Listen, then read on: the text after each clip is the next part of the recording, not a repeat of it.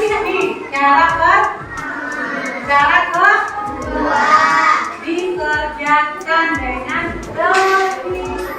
Di tengah persidangan kasus pembunuhan Brigadir Yosua yang berlangsung sejak Senin 17 Oktober 2022 lalu, Ibu Brigadir Yosua masih menyempatkan diri untuk mengajar di kelas. Di hari ketiga persidangan tersebut, Rosti Simanjuntak setiap pagi hingga siang mengajar dan baru menyaksikan persidangan pada tengah hari. Meskipun sidang kasus anaknya sedang berlangsung, namun dirinya tak mau meninggalkan tugasnya sebagai seorang guru untuk memberikan pelajaran. Saya melaksanakan tugas sebagaimana biasanya, memberikan pembelajaran kepada anak-anak agar anak-anak tidak ketinggalan pelajaran, ujarnya. Rosti sendiri sudah mulai mengajar pada bulan ini karena masa cutinya sudah selesai, dan di masa persidangan membagi waktu antara mengajar dan mengikuti persidangan. Tetap mengajar walaupun harus mengikuti sidang, apalagi sidang perdana yang saya ikuti ini, saya harus perhatikan bagaimana dakwaan para pelaku, jelasnya.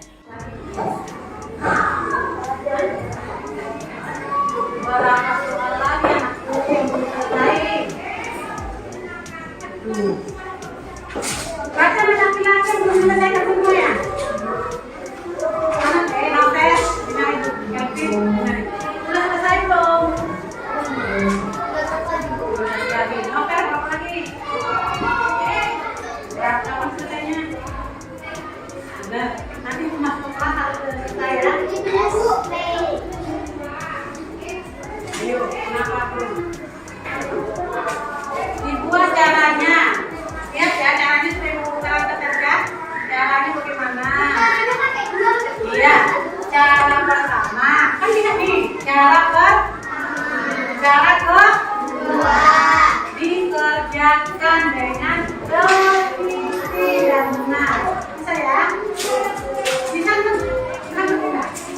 Bisa diselesaikan? Yang perempuan udah selesai semua. Iya. Satu lagi. Si Angel mana?